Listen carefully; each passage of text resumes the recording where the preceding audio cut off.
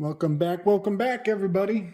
We are concluding our uh, summarized, uh, concise version of the tarot cards, the major arcana with the Avengers series. And I need to put in a little cliff note here. What I'm doing here is a much more concise presentation. I am cutting so many corners and dropping so many details from these correspondences.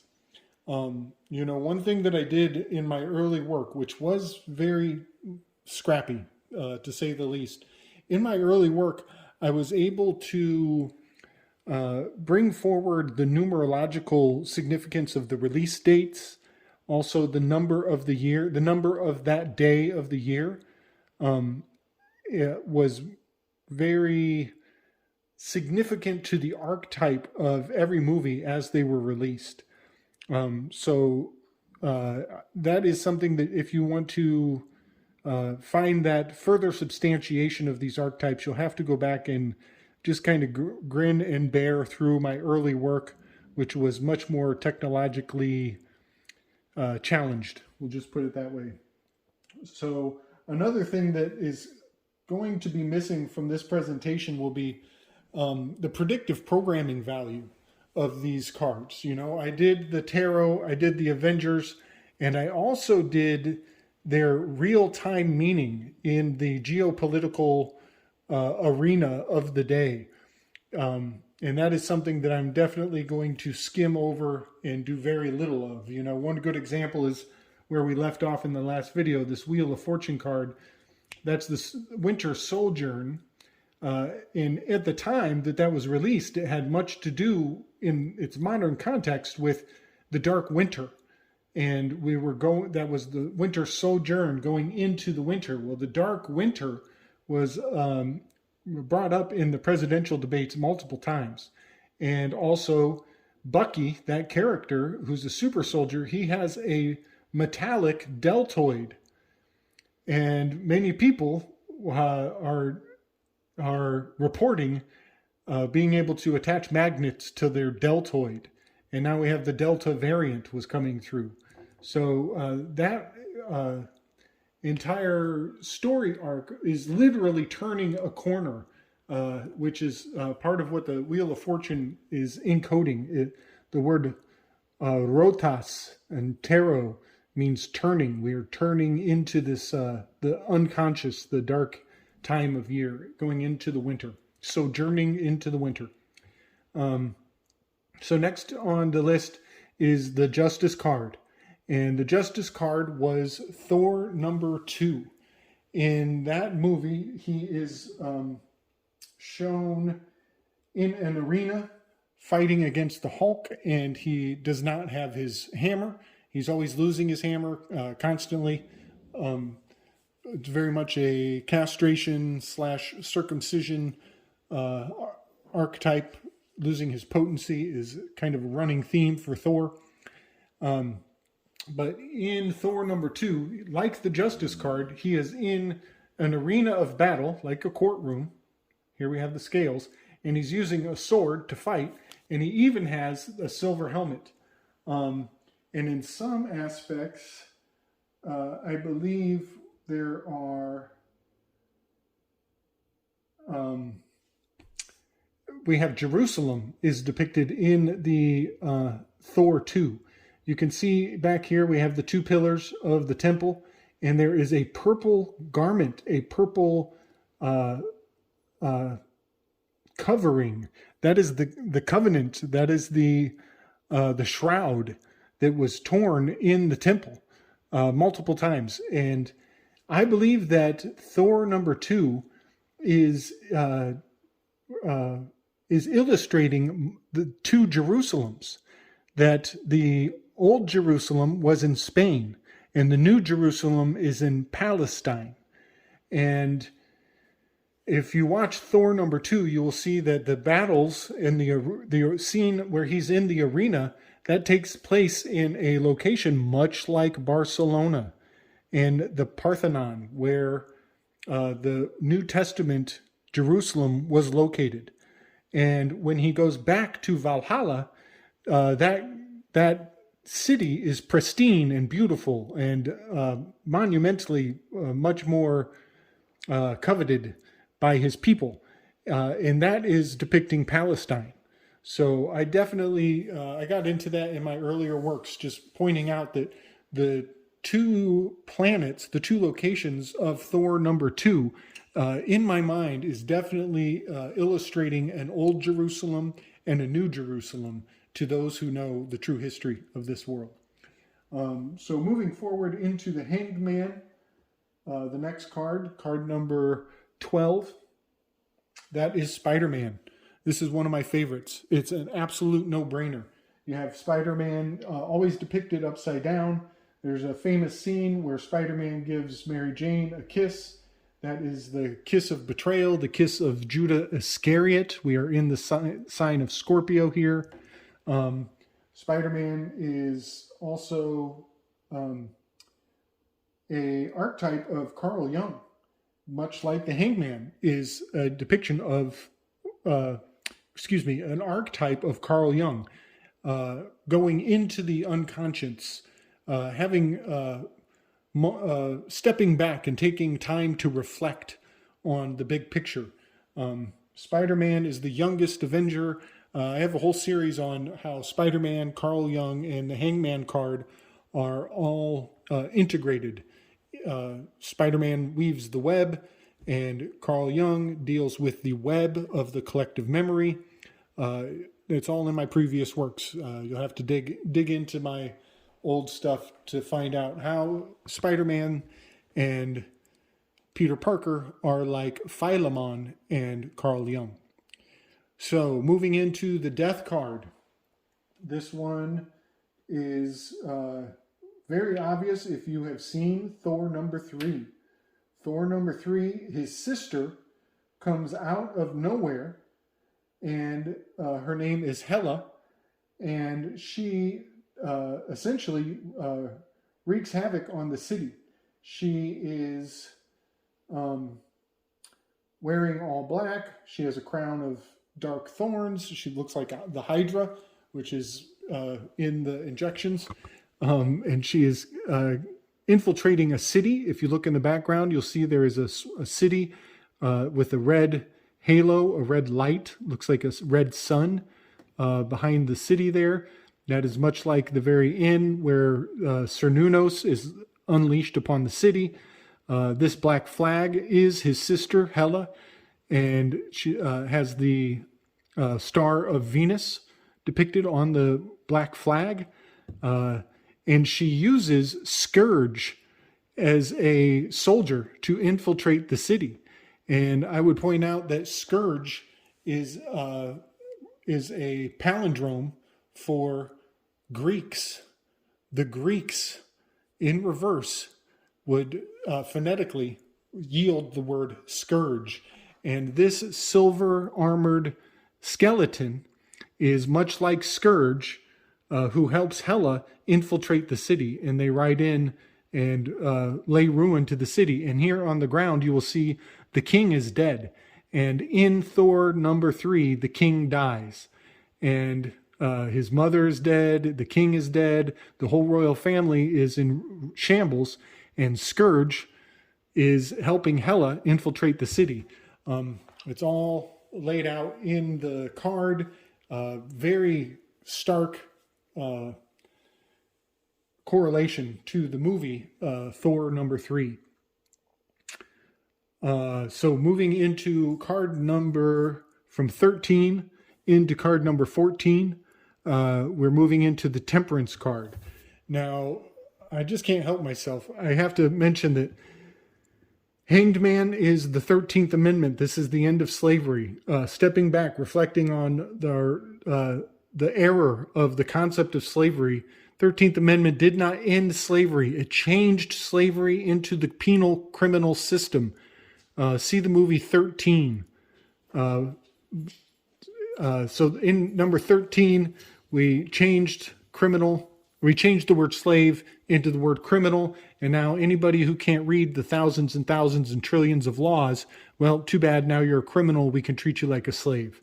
So it did not end slavery, it changed it into the criminal penal code. 14th Amendment gave us our citizenship. And at the end of Thor 3 Ragnarok, the citizens get into a ship and they are given their citizenship. That is the, that is the 14th Amendment. So 13th Amendment was the end of slavery here with the Ragnarok. Moving from the 12th Amendment, which I actually forget right now, 14th Amendment is where we get our citizenship, which is at the very conclusion of Ragnarok. They are given a ship and lifted off the land, and the people become the city, essentially. So that is city, sin, ship. Their city is in the ship. And the temperance card, number 14, is the Civil War. That is the Captain America 3, the Civil War, where we have the battle between where the good guys are fighting the good guys. This is very much like brothers fighting brothers in the Civil War. The temperance card, you have water here, you have air with her wings, and you have land. That's the WAL. That's the wall. This is Trump and Pence. Temperance, Trump and Pence. You move the R and you get trumpets. Trump, Pence. Building the WAL, the wall. Also in reverse, you would get the land, the air, and the water. All of these things are very significant that Trump has brought the country very near a civil war. You're going to have to go back and see my old work if you want to substantiate that further. But the images of the Civil War episode are very indicative of this card. You'll see the opposition. They're split down the middle, having a face-off, staring each other down, ready to do battle. And the nature of this card is the blending of essences. She has this mixing bowl, this medicine bowl. You could say that this has much to do with the Industrial Revolution and moving people into the cities and beginning that blending of essences, the great American experiment, as Michael Pompeo has put it. So moving from temperance into the devil card, this is the first of the conclusion of the entire story arc. This is the Infinity Wars.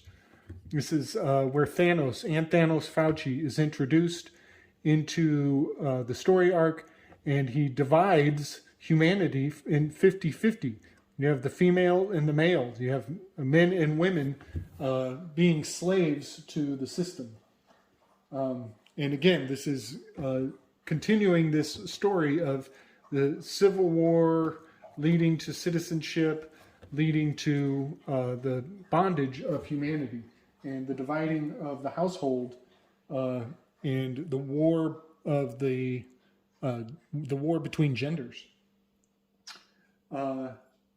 Let's see. So Thanos is introduced as the devil card, number 15.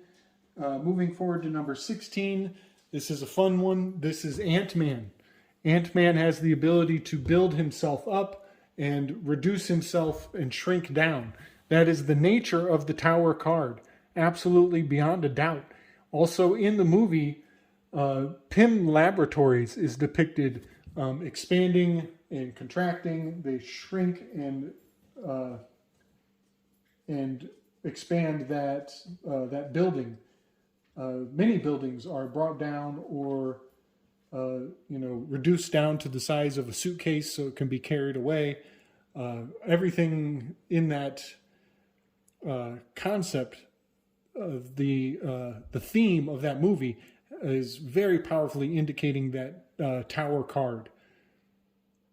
Moving into number 17, we have the Star card. And this one was not easy for me to decipher. It was actually the last one that I interpreted out of all of them. Um, and it turns out, I'm quite convinced that that is uh, the Black Panther. The Black Panther uh, is the star card, and you can see if you look at his costume, he has those little silver stars circling around his head. But even more important is that we are in Aquarius. She is depicted in the water. Oftentimes, the star card is spilling water over off of the hands. The water bearer is spilling water off of a jug, off of the shoulders. But it is an air sign, to be sure. And you will notice that the star is up in the air and reflecting off the water. There is always confusion about the element of this quadrant. But in Black Panther, his initiation process, the way that he is determined whether he can keep the mantle of the Black Panther or not, he has a battle which takes place in a grotto with water and waterfalls in the background. Very, very clearly indicating that the star card is in play in the Black Panther movie. And I will also point out number 17, a lot of controversy in real time having to do with the number 17 and the letter Q. And this is Aquarius that we are talking about. And Chad Aaron Boseman was sacrificed. He was killed, colon cancer. But I cannot let it go. I can't let it slide without mentioning his initials are CAB, Chad Aaron Boseman.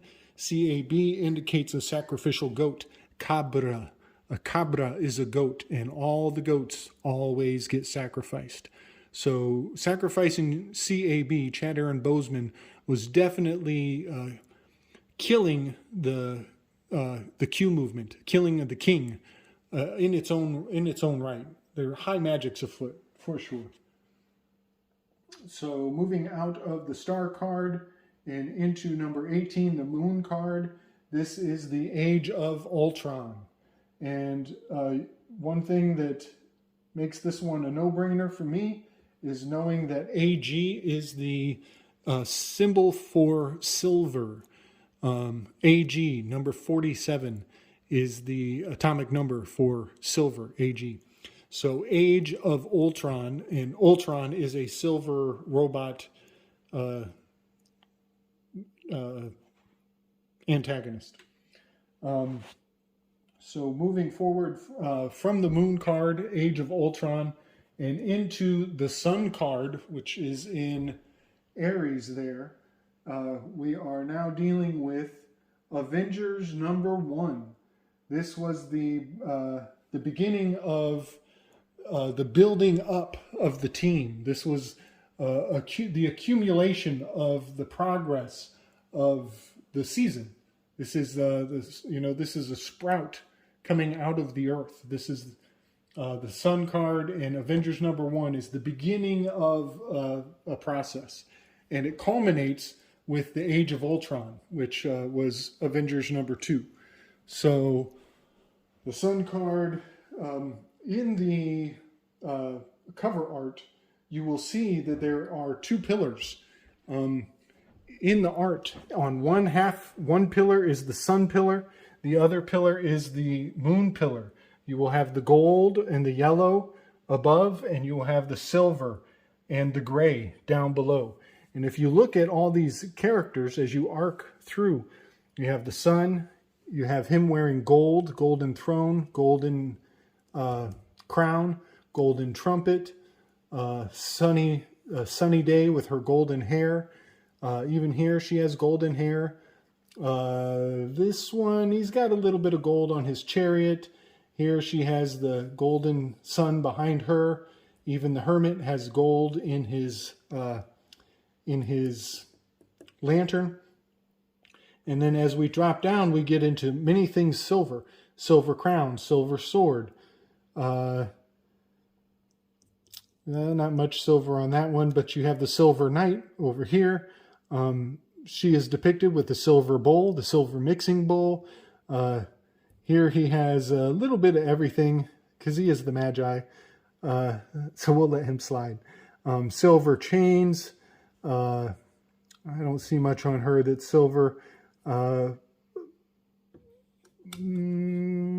Silver. The Black Panther has silver stars around his neck. And then the silver is definitely a symbol of the moon card. So the two pillars are very clear when you look at the art for the cover art of the Avengers #1. And moving forward to card number 20XX, that is Thor #1. That is the Judgment card. And Thor #1, he has oftentimes he has a winged helmet, much like the angel above has the wings. I believe that the angel also has a horn, is blowing a horn. And when the bad guy comes down to Earth at the end of Thor #1, it has, not only does it have a laser beam face, it also, the sound of the music is like a battle horn is being blown. Very symbolic of that Judgment card. Also, when Thor comes to Earth, there are 3 humans who help him. There's the professor, there's his love interest, and there's the intern. All indicated there with that triune family down there on the earthly plane. Let's see. Also, Thor is cast down. His father gives him a harsh judgment and removes him from his weapon and sends him down to the earthly plane. So this is very much indicating this angels coming down to earth and harsh judgment being passed on Thor. Let's see. And we got one more. We're moving forward into the World card. And the World card is the last card in the entire progression of the Avengers series. And it is also, it's the last card in the tarot of the major arcana, but it's also the last movie in the series of the Avengers movies. And this is often called the robed figure. And I would put the Red Skull in this location. I believe the Red Skull is very much indicated by that robed figure. And Red Skull, that's a bit of an alchemical wedding. I believe Red Skull, I think, is depicted here in Captain America 1 and is brought back in the conclusion in the Endgame movie. So you have a beginning to the end, Alpha Omega, with that Red Skull robed figure. Some other signs and symbols of the World card in the Endgame would be when the half of the universe returns from being cast out for 5 years. They literally walk out of these circular portals, much like this robed figure is depicted coming out of a portal after 5 years. There's also 5 characters, the 4 in the corner, the 1 in the center. That's the 5 years. And I believe that also has to do with the Yom Kippur ritual, where the goat is cast out for 5 days and then thrown off a cliff in coordination with the goat that stays within the temple. So just a couple concluding images I want to point out. The pictures of Thanos Fauci, where his battleships are dominating in the sky, in the air. We are entering into an air age, and now we have an airborne disease that everybody is bowing down and worshiping, putting on their ritualistic masks and kowtowing, hiding their face like a bunch of bitches. Sorry, judgment. So yeah, Thanos Fauci, he summons these ships out of the sky, and they look just like a fucking coronavirus. It's so fucking obvious. Also, something in my research, I've discovered that the Italian word for monopoly is gauntlet. So gauntlet is, in Italian, is synonymous with monopoly. Mano, one hand, pulling. One monopoly. The gauntlet of Antanos Fauci, it has, I think he starts with one gem in the middle. I'll try to bring it forward. He already has a gem and he needs to acquire 5 more. And I think that's how the story goes. Once he gets the 5 gems, he can snap his finger and shit does whatever he wants. He has control of the universe. Well, Antanos Fauci, he fucking had 5 presidents under his belt. And because he had the 5 presidents under his belt, he was as deep as the deep state could possibly get. And he fucked us all, for sure, no doubt. Eugenics. Antanos Fauci's mother's name was Eugene. And Klaus Schwab's father's name was Eugen. These are very good facts. If they have any doubt whatsoever that eugenics is not the birthplace of these fucking monsters, you just need to name their fathers and their mothers. You know, they were all about the well-borns, the highborns. The major arcana is the royal house. The minor arcana is the numbered ones. Those are the people with social security numbers and citizenship. So that's about it for the Avengers series. I think I've brought all the images I want to bring forward for this very considerable story arc. And I just wanted to put together a nice clean presentation that can briefly summarize these correspondences as they have harnessed the highest story ever told. This is the story of the heavens. And, you know, the definition of magic is harnessing natural elements in concordance to your will. And so what this has done is it has taken the archetypes of the heavens and put them into correspondence for these heroes wearing spandex, thank you, Chris Knowles, and is utilizing them to gain the will of the powers that should not be. And my aunt has made a really good point that I really want to just push forward. And that is, you know, a lot of people are going to want to, you know, get out the Malleus Maleficarum and start the witch hunt any day now. And that is exactly what we should not be thinking about doing. This is an abuse of magic. The people who used these tarot cards to generate a collective reading for the masses, they have abused this system.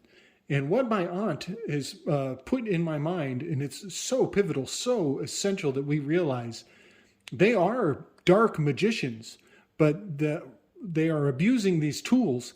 Tarot is personal. It's a one-to-one relationship. It's between you and potentially yourself and the cards. But if you choose a medium to help you do a tarot reading, then that medium gets a glimpse into your private life. And what this system has done with this abuse of these magical implements is they have brought your private side into the public side. And now you are expected to be one of the automatons. You're expected to be part of this collectivism that is about to fuck everybody in a major way. So don't go blaming witches and people who use tarot, because that is exactly the fall guy that they expect you to go after. The people behind this are, people in Hollywood who have read Carl Jung in a major way and are abusing the knowledge of the power of these archetypes, which are psychological entities of the human experience, and they are abusing them in the worst possible way. So when people see that the Tarot and the Avengers have a correspondence, they are going to want to go after people who are very magically inclined, and those are the people you're going to need the most. I'm telling you, these fuckers have abused this system in a major way. And so we need to look to ourselves for the answers, and we need to look to each other and, come together and find common ground, and set our ideological differences aside, because, these elements have been abused, and they need to be reappropriated and put back into their sacred space. And so I highly invite everybody to disengage from, the Marvel industry. And I would say the same thing for The Matrix. I think a lot of what Hollywood is trying to steer people towards right now is very nefarious, and, we vote with our dollar. So I'm just going to put that out there. I don't want people pointing fingers at one another. We need to not divide within our own household. The division is the haves and the have-nots. And these people on these elite levels, they are harnessing powers that they don't have any clue what they're fucking with. And we need to take it all back and turn the tables on these bitches. Dave Chappelle. What's up, Dave Chappelle? You're going to need some unlikely allies going forward. All right, y'all. Much love and respect. Strength.